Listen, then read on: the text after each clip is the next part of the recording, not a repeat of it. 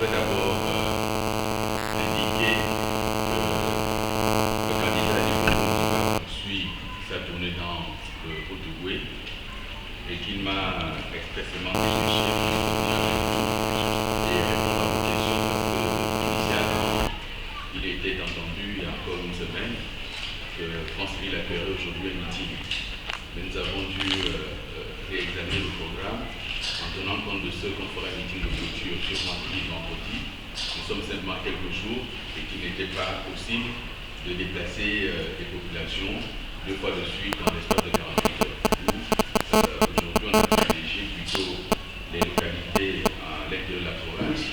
Et donc, le chef de l'État aujourd'hui, au départ de Koulamoutou, a rendu visite à des jeunes entrepreneurs qui travaillent dans une carrière de cercle. Parce que vous savez que l'une des thématiques principales pour le mandat à venir, ça va être de répondre à la préoccupation majeure de la jeunesse en matière d'emploi.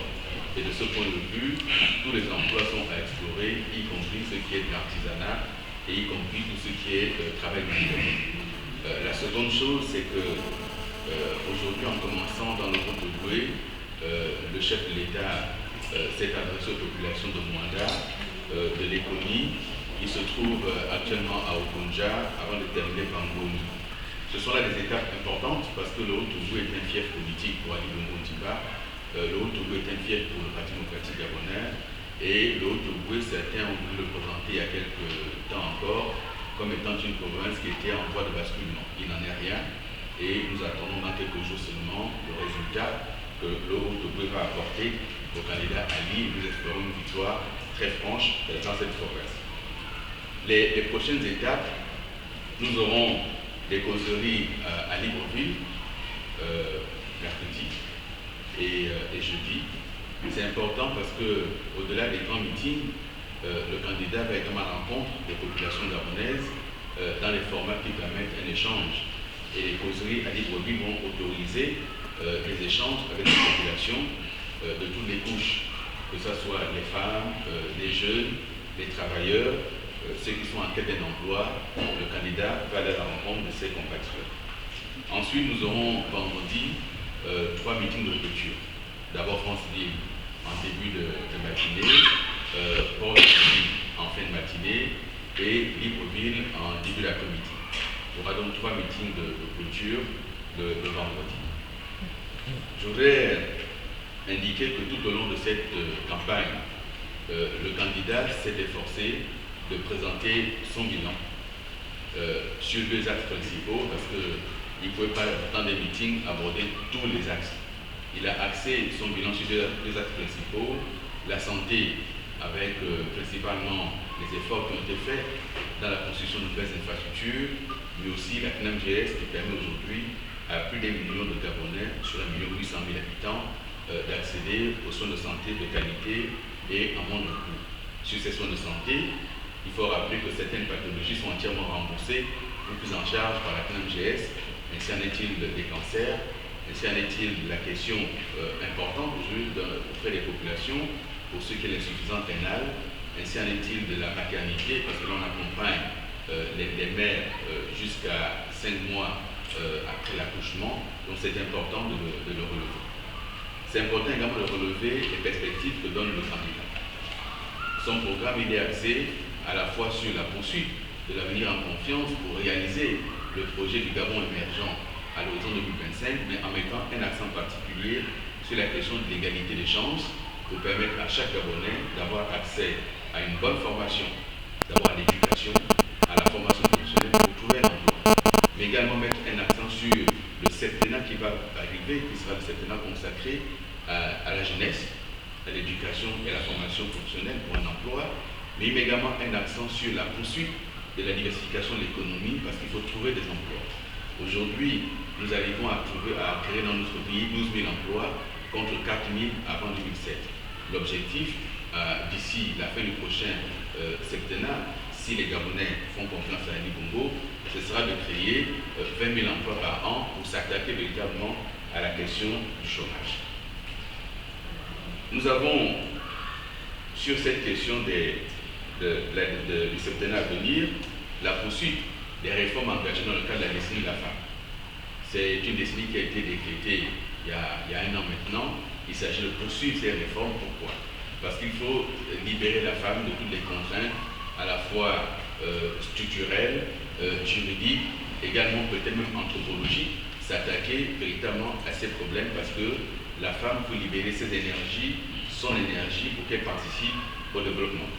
Ensuite, décréter un septennat pour l'éducation et la formation continue des jeunes et faire en sorte que le climat des affaires soit de plus en plus amélioré. Parce que sans entreprise, il n'y a pas de création d'emploi. Donc maintenir la diversification de l'économie, continuer à attirer vers notre pays des entrepreneurs qui investissent chez nous. Et l'indication est claire.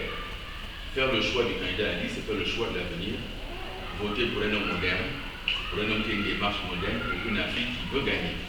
Voter pour le candidat à la liste, c'est voter pour l'avenir de notre pays. A contrario, bien entendu, il y a aujourd'hui, chacun peut l'observer, la volonté manifeste de l'opposition d'installer un climat de peur et de violence. Il y a quelques jours, un militant du Parti démocratique gabonais, portant un t-shirt à l'effigie du candidat Ali, a été agressé au vélo seulement parce qu'il portait un t-shirt. Hier, on sortait du meeting, les véhicules d'escorte ont été caillassés par des jeunes voyous infiltrés par l'opposition dont ils se sont réclamés.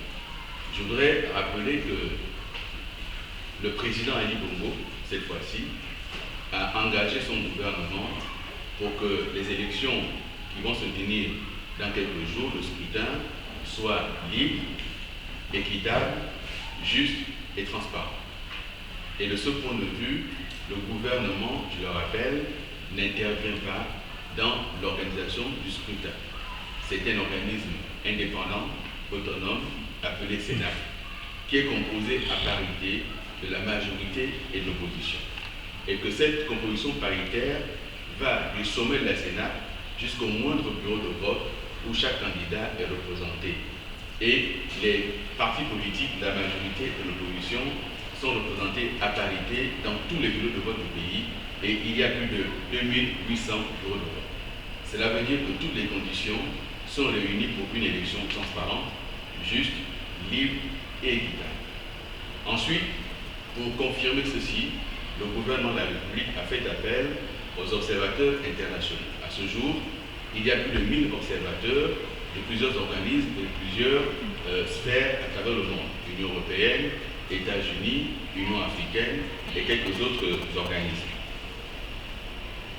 Nous observons que parmi les acteurs d'opposition, il y en a qui se distinguent aujourd'hui par un certain nombre d'affaires qui sont révélées par les médias, par la presse, des affaires de corruption, des affaires qui impliquent ces gens-là et leur propre famille. Je parle précisément de M. Jean Ping. Après avoir traité les Gabonais de cafards, il se trouve aujourd'hui des révélations successives sur le projet Belinga, il y a eu des révélations, sur le scandale Sino-Hydro, il y a eu des révélations, et récemment encore des révélations sur Adax, où là aussi, ces enfants et lui-même sont clairement identifiés et impliqués comme ayant touché de l'argent de la corruption, des rétro-corruptions. Donc voilà qui nous avons en face, et face à cela, le candidat Ali propose une démarche de rupture et de changement, un changement véritable pour en finir avec le système des privilèges que ces anciens veulent établir, veulent maintenir, et se débarrasser de ce système pour un nouveau système fondé sur l'égalité des chances, sur une meilleure répartition des richesses du pays et sur, en définitive, un Gabon plus moderne, plus juste et plus prospère. Merci, mesdames et messieurs. Je veux bien répondre.